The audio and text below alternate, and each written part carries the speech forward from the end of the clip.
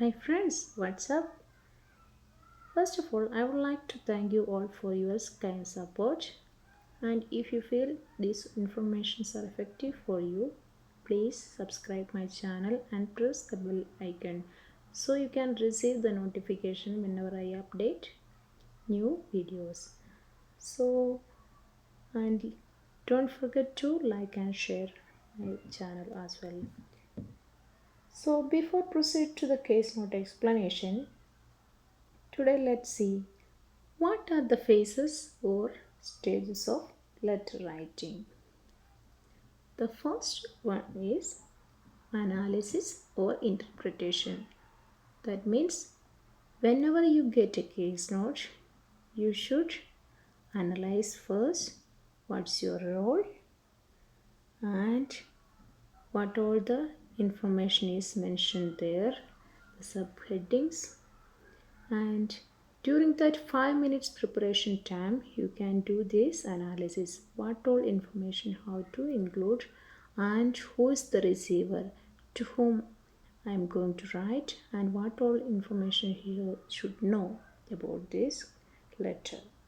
Then the second step is the segregation or selection of relevant information. As I mentioned before, just provide the relevant information for the receiver. Don't include the irrelevant information which can lead to lose your marks in the writing section. The third is the transformation of your notes. That means the grammar which you are using in this letter should be apt for the situation. If it happens this time, you should use the present tense, and if it was happened in the past, you should use the past tense, and if it's currently ongoing means present continuous tense. Like that you have to select the grammar. And the last section is the organization. Whenever you write a letter, there should be a flow and it should be continuous, and use the appropriate connectors to organize also. I think you got some awareness about the steps. So today I am going to discuss about a letter to a GP. So let's see how it will be. So let's see the notes. What's our role? As I told before, the analysis section. So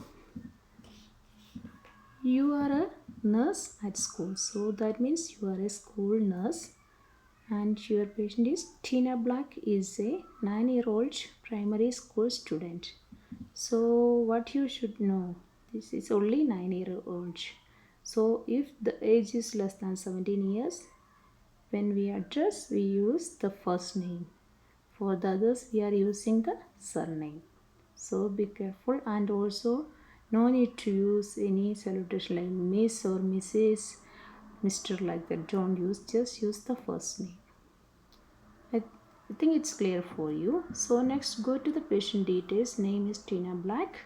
Date of birth is given 9 July 2010. Then the weight is 25.8 kg, which is slightly underweight for her age. Then the height is given 133 centimeter. Then go to the social history. Youngest in 5 children, single mother, separated from her husband, job was supermarket. So before we reach the information, so let's see who is the receiver and what is the writing task. So the task is that one, using the information, write a letter to Tina's GP. So what you understood from this, Tina's GP? That means that's her family general practitioner. So the GP know about Tina's conditions, and but it is not mentioned until when, from until what time he has seen Tina. Anyhow, we understood that this GP knows Tina.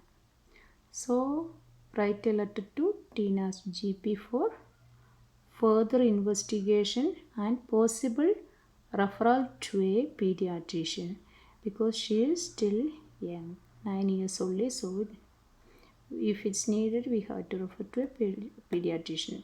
Write to Dr. Green Dorsey, 25 Smith Street, Australian Territory 2602. So let's see what are the recommendations for him. So what's her problem? So Tina is a friendly child, recently withdrawn, poor class attendance, above average ability than her age group, refuses lunch sometimes, no other illness, no allergy. So let's move on to the medical history. On 24/8/2019, she vomited at school after lunch. Then it is especially mentioned when she took omelette, she vomited. No headache, abdominal pain, provide rest, oral fluids, and sent home. So 4/9/2019, she vomited mid-morning time, rest and fluids orally. 12/9/2019, vomited after lunch, that also egg, failed to contact mother, increased frequency, query check home situation. 18/9/2019, vomited with morning time, rest, sent home, reported mild headache. 21/9/2019, vomited after lunch, no pain, discussion with mother, unaware about the situation. So what's the diagnosis? Query egg allergy because she vomited twice after consuming egg. Query eating disorder because it is not yet confirmed what's the diagnosis. Both are written query. So what's the plan? Inform GP, that is Tina's GP. So that is the recommendation. Then next, query referral to a pediatrician. That means once the GP has seen and if he feels she needs referral to a pediatrician, at that time he can refer. So let's see how we can write this letter. So as usual, first with the receiver's name and address. So how can we write? Dr. Green Dorsey. So don't forget to write his position. Then next we have to write general practitioner because it's mentioned he's a GP. Then the address 24 Smith Street, Australian Territory. So what's the date we have to write because it's not mentioned here any date. So the last date was given here is 21/9/2019. So usually it will not confuse you to write the date because the exam date is the one we are writing. So in this time we can use this date because nothing else has mentioned. So 21 September 2019. So next goes to the salutation. Dear Dr. Dorsey. So reference is Tina Black. Then the date of birth 9 July 2010. So how we can write introduction?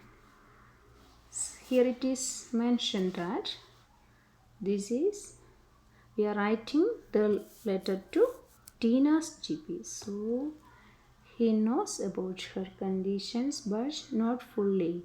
The recent trends, maybe he is not unaware.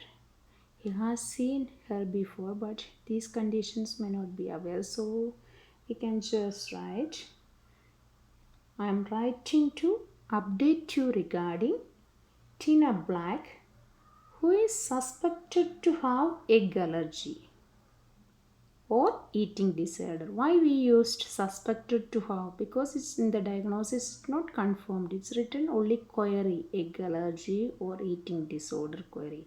So we can write suspected to have. What is the requirement? Comma requires further investigation and management, because you want to confirm what is her diagnosis. So that is the introduction. So next paragraph, what we have to. So it has mentioned a 1 month period of medical history. So we can start with initially Tina presented on 24th August 2019 with complaints of vomiting and abdominal pain after had a lunch with an omelette.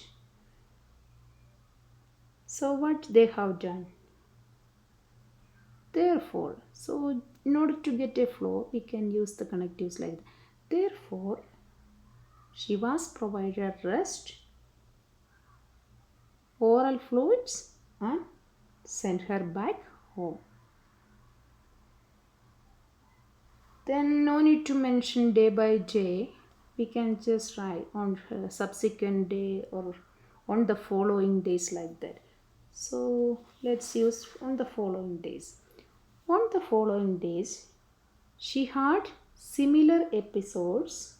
That means she vomited again. So no need to vomited again. So we can use she had similar episodes for which, before you write for which, you should always put a comma. For which her mother was contacted to check the home situations. So then later is mentioned that she was unaware about the situation. So we can write together, but she was unaware about the condition. Then what happened? Later, she reported mild headache after vomiting. See, it's written reported mild headache. Then what else is mentioned? The social history. The other things the doctor has already knows. So we can, but the recent findings we can write. To the next paragraph we can write, Tina is recently withdrawn and has poor class attendance. So other than that, what she has apart from this or apart from that, we can use she occasionally refuses lunch. See, she refuses lunch. Sometimes we can use she occasionally refuses lunch but has no other allergies. Then because of the vomiting, maybe it's mentioned here also, she is slightly underweight for her age. So we have included everything. So nothing else to mention. What is the recommendation? Inform GP and query pediatrician. So we can write, considering the above or in view of the above, it would be greatly appreciated if you could perform thorough assessment for Tina. Because here in the introduction we use further investigation and management. So don't repeat the same words. So we just use another word like synonyms. So you can write, if you could perform thorough assessment for Tina, please refer her to a pediatrician if needed. Then the conclusion was, please do not hesitate to contact me if you have any queries regarding Tina. Yours sincerely, School Health Nurse. So that's the end of this letter. So how do you feel? Is it easy for you? Just try to do another letter. So take case note and try to write it. Then only you can get more practice. Once you get more practice, it will be easy for you to crack B score in OET writing.